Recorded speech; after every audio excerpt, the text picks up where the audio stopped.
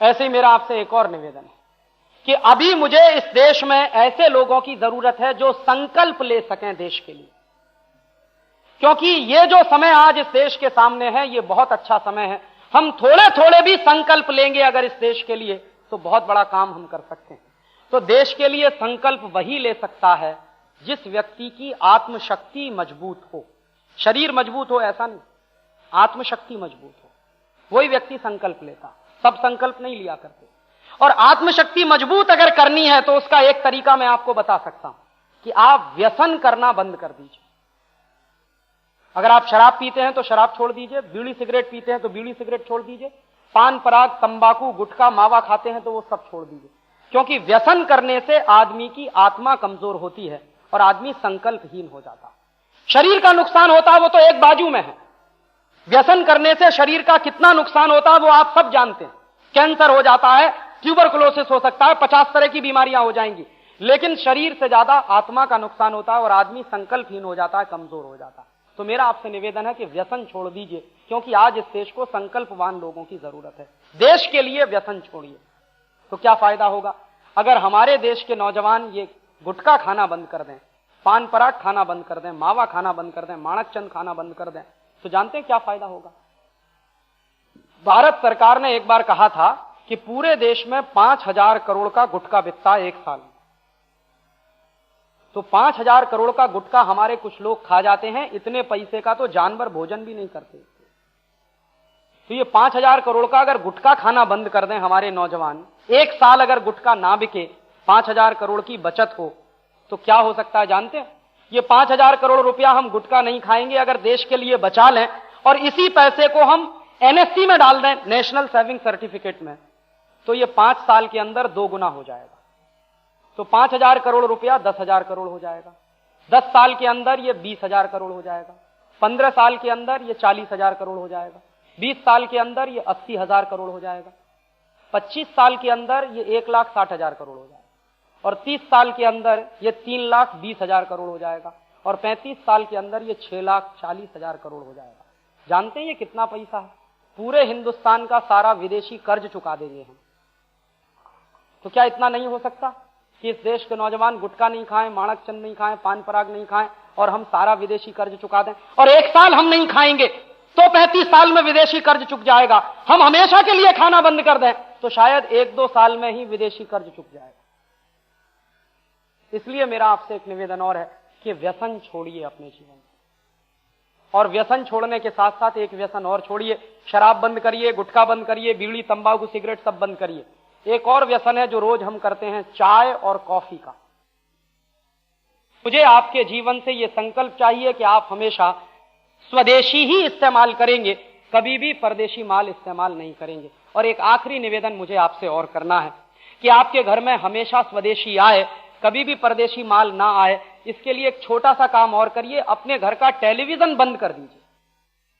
अभी एक दुर्घटना हुई पूना में, मैं जाहिर व्याख्यान कर रहा था, उसमें एक डॉक्टर भाई मेरे पास आया और उसने कहा, राजीव भाई, पूना शहर में एक लड़की है 12 की, जी हॉरर शो देखकर पागल हो गई है और हॉस्पिटल में है, मेंटल हॉस्पिटल। चंद्रपुर में अभी एक दुर्घटना हुई, मैं चंद्रपुर गया था व्याख्यान करने, तो एक मजदूर भाई आया मंच पर रोता रोता रोता रोता। मैंने पूछा, भाई तू क्यों रो रहा? कहने लगा, राजीव भाई मेरे घर का सत्यानाश हो गया। मैंने कहा क्यों? कि टीवी के कारण। मैंने कहा क्या सत्यानाश हुआ तेरे घर में? तो उसने कहा, मैं बहुत गरीब आदमी हूं, मेरे पास कुछ भी पैसा नहीं, लेकिन मेरा एक 11 साल का बेटा है, वो रोज जिद करता था टेलीविजन लेने के लिए, और मैंने टेलीविजन लिया नहीं क्योंकि मेरे पास पैसा नहीं। तो वो क्या करता था, पड़ोसी के घर में जाके टीवी देखता था। एक दिन मुझे लगा तो मैंने बैंक से कर्जा लेके टीवी ले लिया। तो मैंने कहा फिर क्या हुआ? कहने लगा, मेरा बच्चा जो 11 साल का वो देखता था कार्यक्रम, उसका नाम है शक्तिमान, पता नहीं क्या आता है उसमें। तो वो मुझे बताने लगा कि शक्तिमान में कोई हीरो है जो आसमान में कट होता है, घूमते घूमते जमीन नीचे आता। तो वो 11 साल का बच्चा बार बार देखता था, लगातार देखता था। एक दिन वो भी अपनी छत पर से घूमते घूमते कूद गया, उसके दोनों पैर टूट गए। डॉक्टर के पास ले, डॉक्टर ने कहा कि अभी हड्डी तो टूटी, उसके साथ पैरालिसिस भी हो गया और दोनों पैर उसके हमेशा के लिए बेकार।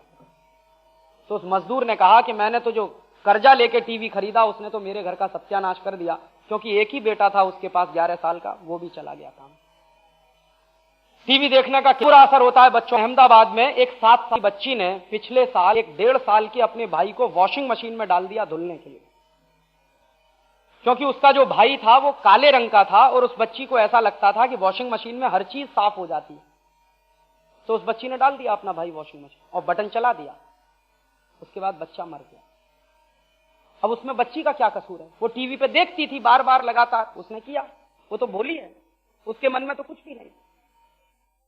मेरे इलाहाबाद शहर के बाजू में एक शहर है लखनऊ, वहां क्या हुआ, एक 4.5 साल का बच्चा था, रोज चित्रहार देखता था एटीएन पर जो आता, और उसमें एडवर्टीजमेंट बहुत आते हैं। तो क्या देखता था वो बच्चा, एक एडवर्टीजमेंट आता था थम्स अप का विज्ञापन, जिसमें एक लड़का पैर में रस्सी बांधकर उल्टा कूदता था और एक थम्स अप की बोतल लेके आता था। तो एक दिन वो 4.5 साल के बच्चे ने अपने पैर में रस्सी बांधी, छत पर से कूद गया, सड़क पे गिरा, सिर फटा और मर गया। अब उसमें बच्चे का क्या कसूर? विज्ञापन ही ऐसे दिखाए जा रहे हैं जिसको बच्चे देखेंगे, सुनेंगे, फिर फॉलो करेंगे। और हमारे देश में आज तक एक भी ऐसा कानून नहीं है जो टेलीविजन पर इस तरह के विज्ञापनों की रोक लगाए। इसलिए मेरा आपसे निवेदन है कि जितनी जल्दी हो टेलीविजन बंद कर दीजिए। ना हो कि जो दुर्घटनाएं लंदन में हो रही हैं वो हमारे घरों में होना शुरू हो जाएं। क्योंकि हमने दिल्ली में एक सर्वे कराया था आजादी बचाओ आंदोलन की तरफ से 3 साल पहले, और हमको पता चला कि दिल्ली के पब्लिक स्कूल में पढ़ने वाले विद्यार्थियों की हालत यह है कि उनमें से 70% विद्यार्थी सेक्स के चक्कर में बर्बाद हो रहे हैं।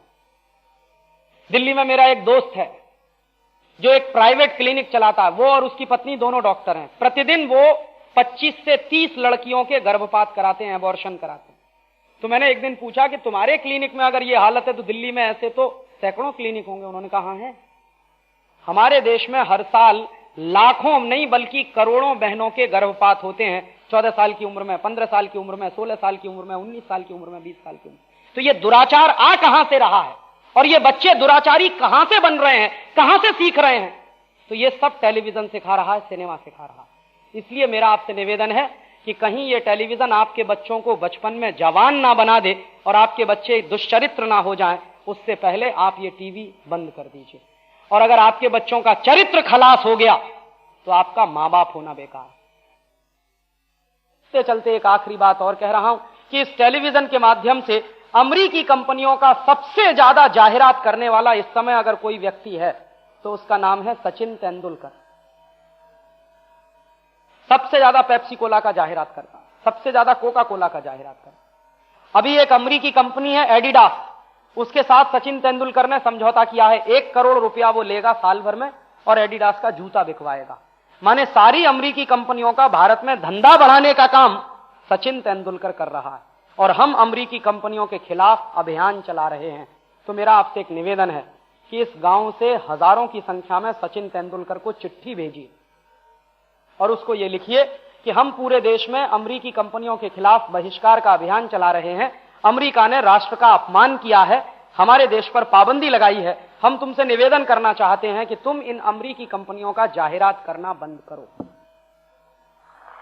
हो सकता है उसको भी राष्ट्रभक्ति पैदा हो। और उस चिट्ठी में दूसरी बात और लिखिए कि तुमको कितना पैसा चाहिए, पैसे के लालच में ही करता है वो ये सब। पैसे की कमी नहीं है उसके पास, उसके घर में सिर्फ 3 लोग हैं, वो, उसकी पत्नी, उसकी बेटी, और करोड़ों रुपए की संपत्ति है, 10 पीढ़ियां बैठकर खा सकती हैं। फिर किस बात का लालच पैसे का? तो उससे कहिए कि तुमको पैसे का इतना लालच क्यों है। और देश से बड़ा कुछ भी नहीं होता है, राष्ट्र के सम्मान से बड़ी कोई भी चीज नहीं है। और उसको लिखो कि हम तुमसे विनम्रता से कह रहे हैं कि तुम ये धंधा छोड़ दो, परदेशी कंपनियों का जाहिरात करना, नहीं तो हम तुमको भी अमेरिका का एजेंट घोषित करेंगे इस देश, और तब तुमको इस समाज में रहना मुश्किल हो जाएगा। और भारतीय समाज ने तुम्हारा बहिष्कार किया तो दुनिया में कहीं भी तुमको इतनी इज्जत मिलने वाली नहीं है। यहां से भागकर अगर वो अमेरिका भी चला गया तो अमेरिका में उसको कोई नहीं पूछेगा 2 कौड़ी में, क्योंकि अमेरिका में क्रिकेट खेलने वालों का कोई सम्मान नहीं करता। सत्यानाश कर रहा है क्रिकेट का खेल कि हम बैठ जाते हैं टेलीविजन खोलकर जब कहीं मैच होता और परेशान होते हैं किस बात के लिए, 20 बॉल में 25 रन बनाने हैं। तो अब 20 बॉल में 25 रन बनाने हैं, वो मरे जाएं भाड़ में चूल्हे में, हमसे क्या लेना देना? हम काहे को अपना बीपी हाई कर रहे हैं, लो कर रहे हैं? मैच चल रहा है, 20 बॉल में 25 रन बनाने हैं, हम उछलते हैं टीवी के सामने, और उसी समय अगर कोई आउट हो गया तो इतना डिप्रेशन आता है जैसे घर का कोई आदमी मर गया। अपने मां बाप मर जाएं तो भी इतना दुख नहीं होता कि इंडिया की टीम हार गई। हारे जीते उससे क्या लेना देना? खेल है तो खेल में तो हार जीत होती रहती है, लेकिन अब क्रिकेट खेल नहीं है, एक बहुत बड़ा सट्टा है, एक बहुत बड़ा धंधा है। और अब क्रिकेट सट्टे के लिए खेला जाता है, धंधे के लिए खेला जाता है।